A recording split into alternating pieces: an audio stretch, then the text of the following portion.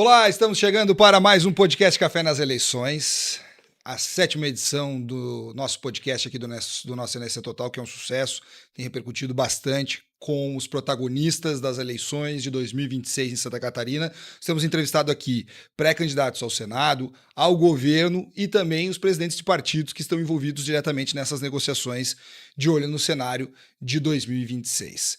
Hoje eu estou aqui com o meu colega G. Laurindo, nosso repórter de política do nosso NSC Total, que vai comigo entrevistar Marcelo Brigadeiro, que é pré-candidato ao governo do estado pelo Missão, um partido recém-criado, foi criado no ano passado. O Marcelo Brigadeiro, que é ex-lutador, é treinador atualmente, e está aqui conosco para a gente conversar um pouco sobre esse cenário eleitoral. Tudo bem, Marcelo? Seja bem-vindo aqui ao nosso podcast. Prazer estar aqui com vocês, vai ser um bate-papo muito legal, tenho certeza. Quem é Marcelo Brigadeiro e quem é o partido Missão? Vamos lá, Marcelo Brigadeiro é um cara que é muito mais do que um ex-lutador, tá? Embora o estereótipo não ajude, eu sou um empresário bem-sucedido, muito bem-sucedido na vida, pai de 2 filhos, marido, 2 filhos catarinenses, marido de uma excelente mulher catarinense também, e um cara que resolveu abraçar essa missão de concorrer ao governo para poder expor aos catarinenses tudo que acontece na política que tende a ficar atrás das cortinas. Então, eu acredito que esse ano vai ser muito elucidativo para o eleitor catarinense, que vai descobrir muita coisa que talvez ele tenha sido omitido dele durante muito tempo. E a missão, né? A missão, não é omissão, tá? A missão. Eu Perfeito. falava omissão também e tomei bronca. É a missão. A Missão é um partido que surge justamente para romper com isso tudo que a gente vê na política. Vocês acompanham política há muito tempo também. A gente sabe, como você bem falou na introdução, né, presidentes de partido que fazem as negociações. E a gente vem aí para expor e romper com essas negociações, né? Então, a Missão ela surge com uma proposta diferente, de fato. Eu não gosto de dizer que é um partido novo, porque o último partido que levou essa nomenclatura aí acabou se mostrando mais do mesmo. Então a gente surge como algo diferente, disruptivo, para brigar com tudo que está errado na política, que acaba enclausurando o brasileiro nessa vida degradante que a maioria dos brasileiros é obrigada a enfrentar, né? Perfeito.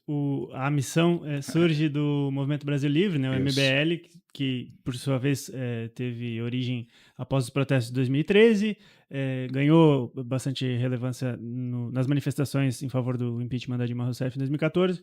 De lá para cá, conseguiu eleger, por exemplo, lideranças como Kim Kataguiri pelo União Brasil, e agora conseguiu viabilizar seu próprio partido, né? O que a missão quer trazer de novo para a política que não conseguiu ainda oferecer nessas manifestações, nos parlamentares que já foram eleitos por outros partidos? Excelente.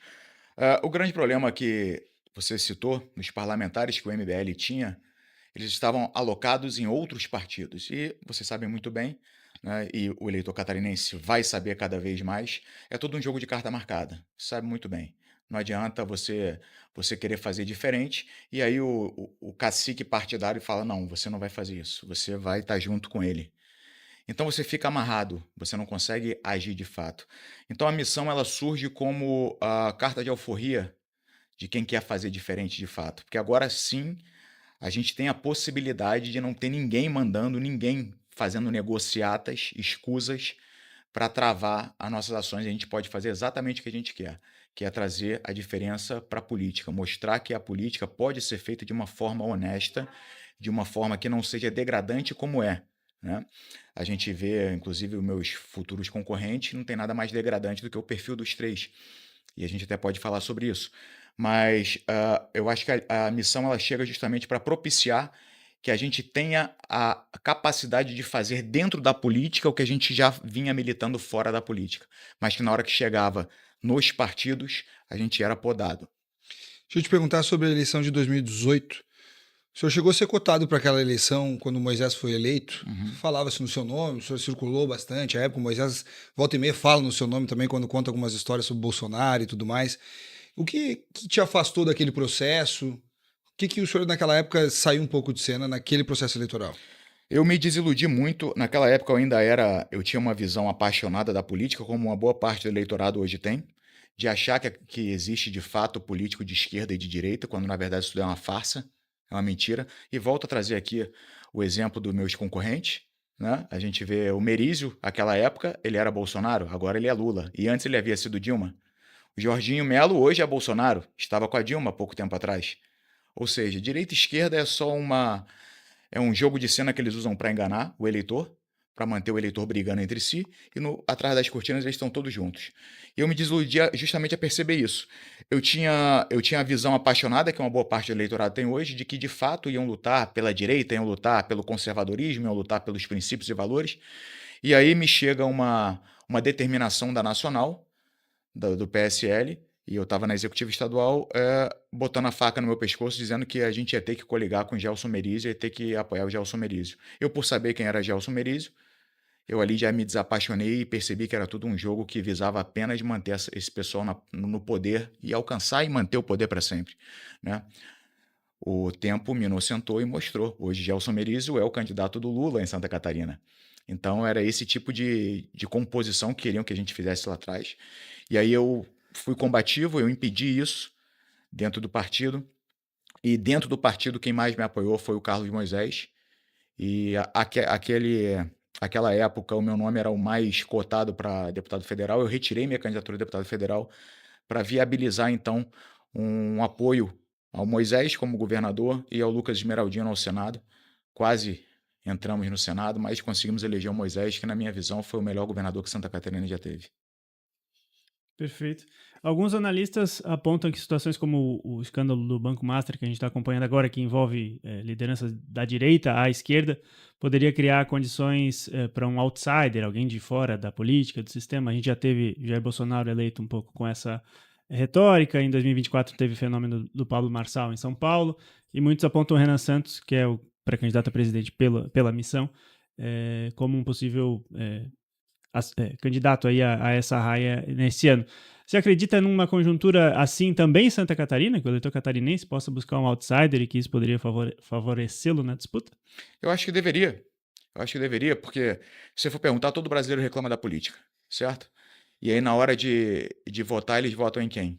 Em quem faz da política uma carreira, né? O que meus futuros concorrentes, o que eles produziram na vida a não ser política?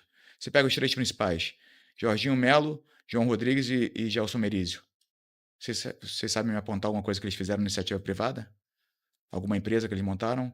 Alguma riqueza que eles produziram? Algum emprego que eles geraram? Zero. Esses caras estão há 30 anos vivendo da política. Estão há 30 anos mamando na teta do Estado, sendo parasita. Inclusive, nos debates, eu vou exigir que eles me chamem de chefe. Porque eu sou o chefe dele, vocês são o chefe dele. Vocês deveriam ter exigido que o João Rodrigues chamasse vocês de chefe aqui. Vocês ralam, pô, vocês pagam imposto. Eles vivem do teu suor, do meu suor, do teu suor. Então, no debate, eles vão ter que me chamar de chefe, senão eu não vou nem dirigir a palavra a eles.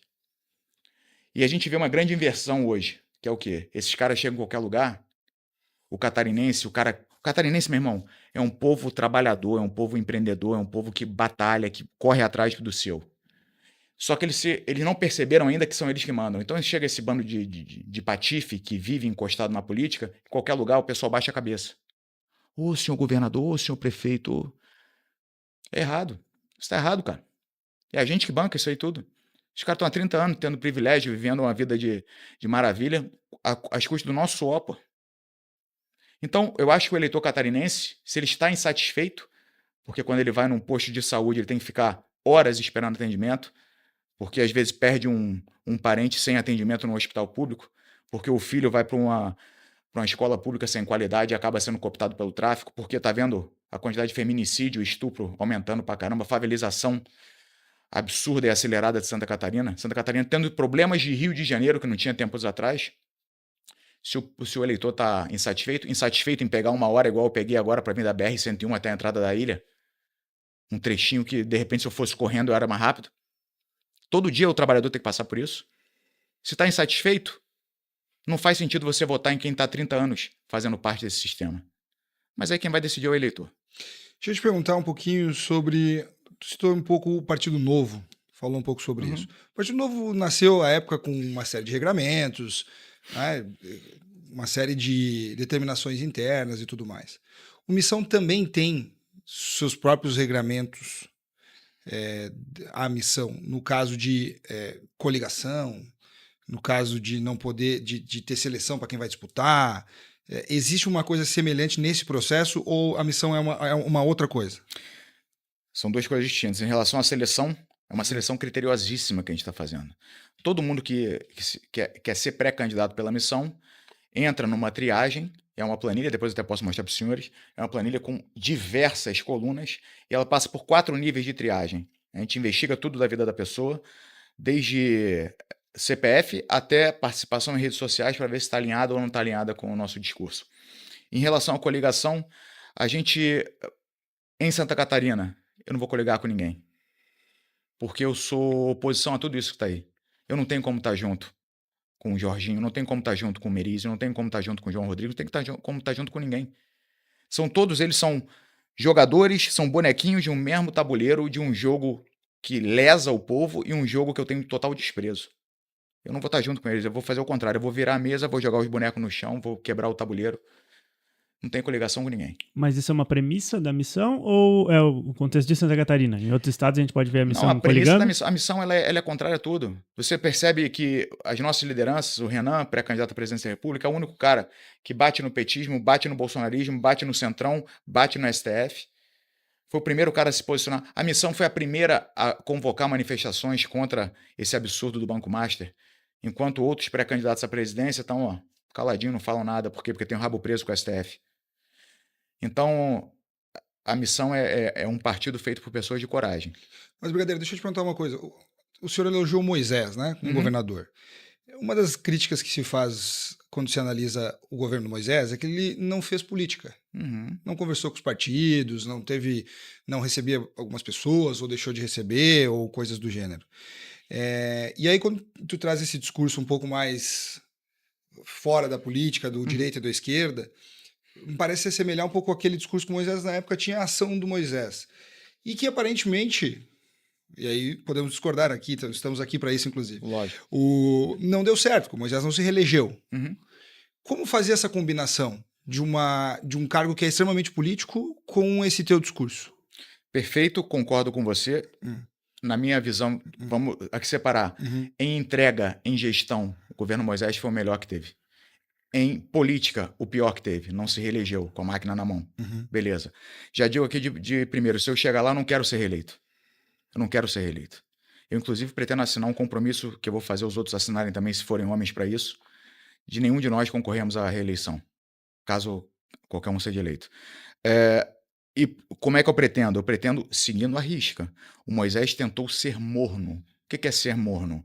Ao mesmo tempo que se negava a entregar cargos, entregar fundo, entregar na mão de patifes que fossem empurrados por deputados estaduais, ao mesmo tempo ele tentava manter uma relação legal. Não dá para ser morno com pilantra.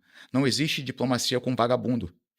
Não existe diplomacia. Ou você faz o jogo, que é o que o Jorginho faz, João Rodrigues faz, Merizio faz, abrir as pernas e entregar e fazer o tal governo de composição. Você me ajuda e em troca eu te dou uma secretaria, você me ajuda e em troca eu te dou 2 diretorias.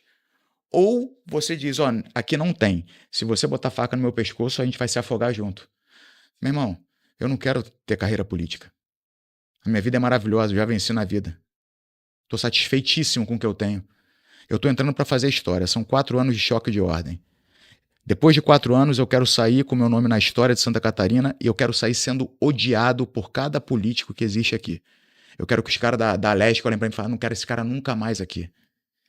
E durante esses 4 anos eu pretendo derrubar um monte deles. Se qualquer um chegar, botar faca no meu pescoço e falar, eu só vou votar isso aqui se o senhor liberar um cargo para mim, se o senhor liberar uma diretoria, é mesmo? Então vamos abrir uma live aqui agora. Esse vagabundo aqui não está votando algo que é importante para o povo de Santa Catarina porque eu não estou dando um cargo para ele. Quem é que tem a perder? Eu que já sou bem sucedido e volto para minha vida particular ou um vagabundo que vive da política e precisa disso? Vamos ver. Quem pode mais chora menos. Qual que é o alinhamento ou posicionamento da missão e sua também em relação a Lula e Bolsonaro? São 2 figuras que novamente estão polarizando a eleição nacional. Isso tem uma verticalização do voto que também reverbera aqui no Estado e nas negociações dos partidos. Como a missão se posiciona em relação a essas 2 figuras? Contrário aos 2. Contrário aos 2, porque, novamente, são 2 lados de uma mesma moeda. Um é melhorzinho nisso, o outro é melhorzinho naquilo, um é mais queridinho, o outro é melhorzinho na economia, tá, mas o que fazem para resolver os problemas estruturais do Brasil? Nada. O que fazem para combater o tal sistema, né, que é esse status quo aí que aprisiona o povo brasileiro? Nada. O que fazem para combater o autoritarismo do judiciário? Nada. São dois movimentos de cadelas.